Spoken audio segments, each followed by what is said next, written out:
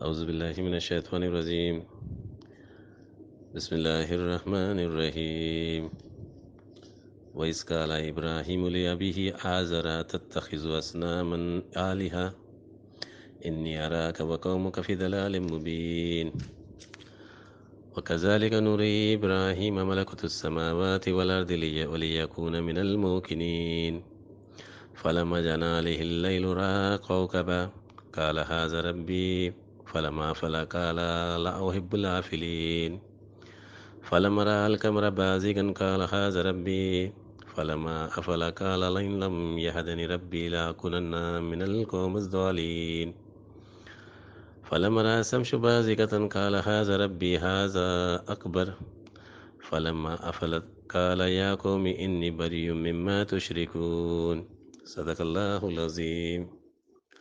السلام علیکم ورحمۃ اللہ وبرکاتہ۔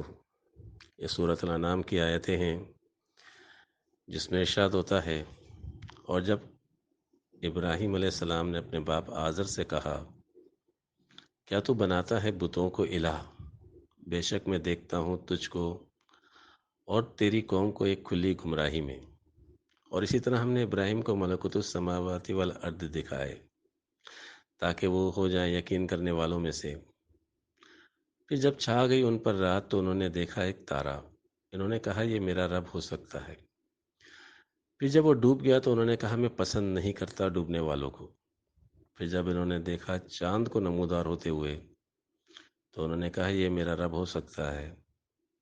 پھر جب وہ ڈوب گیا تو انہوں نے کہا یقیناً اگر ہدایت نہ دی مجھے میرے رب نے تو میں لازماً ہو جاؤں گا گمراہ ہونے والوں میں۔ پھر انہوں نے دیکھا سورج کو طلوع ہوتے ہوئے تو انہوں نے کہا یہ میرا رب ہو سکتا ہے، یہ سب سے بڑا ہے۔ پھر جب وہ ڈوب گیا تو انہوں نے کہا اے میری قوم، بے شک میں بری ہوں اس سے جو شرک تم لوگ کرتے ہو۔ وَإِذْ قَالَ إِبْرَاهِيمُ لِأَبِيهِ آزَرَ تَتَّخِذُ أَصْنَامًا آلِهَةً۔ اسنام کہتے ہیں وہ صورت جو آپ کو پکڑ لے تو آپ کو بیگانہ کر دے، یعنی اپنی محبت میں، اپنی کشش میں جکڑ لے۔ زندگی ایک جہد مسلسل کا نام ہے، حق کی جستجو، اللہ کو پانے کی جستجو، اس کی جد و جہد میں رہنے کا نام۔ اس راہ میں انسان کے تراشے ہوئے اصنام رکاوٹ بنتے ہیں، گمراہ کرتے ہیں۔ سوچوں پر تالے لگا دینا، کسی چیز کی اہمیت کو اتنا بڑھا دینا کہ اس کے آگے اور کچھ نہ سوچا جائے، یہ اصنام پرستی کی کچھ شکلیں ہیں۔ ملکوت السماوات والارض، اللہ تعالیٰ نے ابراہیم علیہ السلام کو ملکوت السماوات والارض دکھائے۔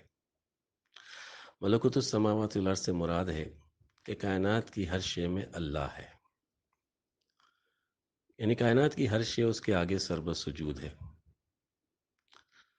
آدم اللہ کی روح کو اپنے اندر حمل کرنے کے سبب، یعنی اللہ نے جب آدم میں اپنی روح پھونکی تو وہ ملائکہ سے سجدہ لینے کے حقدار بن گئے۔ اسی طرح اللہ کے نور کو حاصل کر کے انسان تخلیق کائنات، اللہ کی صفات اور ذات کا مشاہدہ کر کے راز ملکوت السماواتی والارض کو پاتا ہے۔ حضرت ابراہیم علیہ السلام اور ان کے ساتھیوں کی سنت کو اللہ نے مومنون کے لیے اسوہ حسنہ کہا، قد کانت لکم اسوۃ حسنہ فی ابراہیم والذین معہ۔ یہ اسوہ حسنہ کیا ہے؟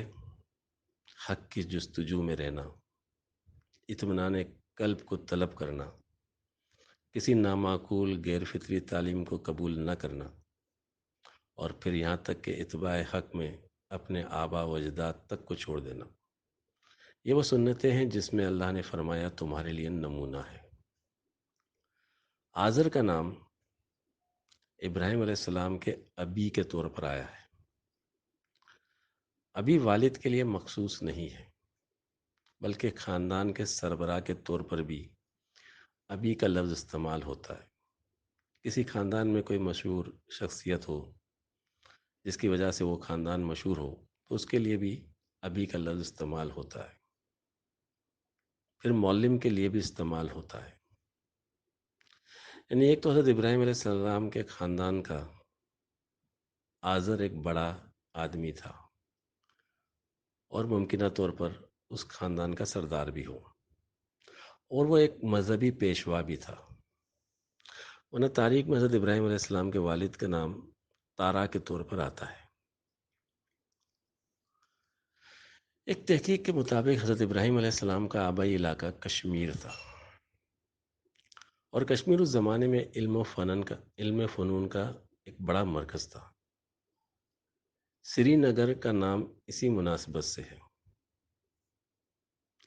سری کہتے ہیں معزز اور علم رکھنے والوں کو، اسی لیے ہندوستان کے اوتاروں کے ساتھ سری کا لفظ خصوصیت سے لگاتے ہیں. سری رام، سری کرشن، سری گوتم بدھا. اور نگر کہتے ہیں بستی، شہر، یعنی بڑے علم رکھنے والوں کا گھر. انسانی تاریخ میں ستارہ پرست، چاند اور سورج کی پرستش کرنے والوں کا ذکر موجود ہے. یہاں اللہ تعالیٰ نے فرمایا کذالک نوری ابراہیم ملکوت السماوات والارض. ملکوت السماوات والارض کا تعلق عالم باطن سے ہے. عالم باطن یعنی عالم غیب. اس کی حقیقت کو سمجھانے کے لیے ظاہر کی مثالیں مجاز کے طور پر دی جاتی ہیں، لیکن انسان کیا کرتا ہے، اس مجاز کو کوئی حقیقت سمجھ کر ان مادی اشیاء کی پرستش شروع کر دیتا ہے. اسی طرح اللہ کے وجود کو سمجھانے کے لیے کسی دور میں ستارے سے، کبھی چاند سے، کبھی سورج سے، کبھی آگ سے تشبیہ دی گئی، تو لوگوں نے اس کو ہی حقیقت سمجھ کر ان کی پوجا شروع کر دی. ان آیتوں میں حضرت ابراہیم علیہ السلام فرماتے ہیں کہ جب انہوں نے ستارے کو دیکھا اور پھر جب دیکھا کہ وہ افلا ہو گیا، یعنی ڈوب گیا. افلا کہتے ہیں کسی چیز کی قوت اور طاقت ایک حد تک جا کر پھر پلٹ جائے، اور یہ ضعیف العقل کے لیے بھی استعمال ہوتا ہے. یعنی محدود چیز، یعنی جو چیز کبھی نظر آئے کبھی غائب ہو جائے تو وہ معبود نہیں ہو سکتی.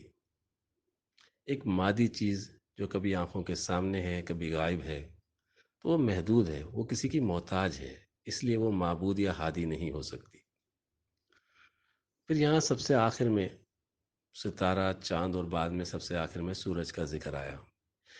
یعنی ان کی قوم کا سب سے بڑا دیوتا سورج دیوتا تھا، اس لیے یہاں پر لا کر اس مباحثے کو ختم کیا اور کہا ھذا اکبر.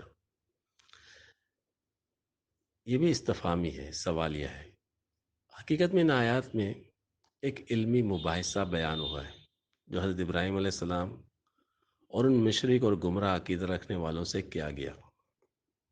سورج پرست، چاند اور ستاروں کی پرستش کرنے والے اور بت پرستی میں مبتلا قوم کے عالموں اور راہبوں سے کیے گئے سوالات اور مباحثے کا ایک خلاصہ بیان ہوا ہے. اس لیے اس کے آخر میں ابراہیم علیہ السلام نے اپنا فیصلہ سنایا کہ میں بری ہوں اس شرک سے جو تم لوگ کرتے ہو. انی بریوں مما تشرکون. ستار گانے فضائے نیلگوں کی طرح تخیلات بھی ہیں تابع طلوع و غروب. جہان خودی کا بھی ہے صاحب فراز و نشیب. یہاں بھی مارکا آ رہا ہے خوب سے ناخوب. نمود جس کی فراز خودی سے ہو وہ جمیل، جو ہو نشیب میں پیدا کبھی وہ نہ محبوب. وآخر دعوانا والحمد للہ رب العالمین.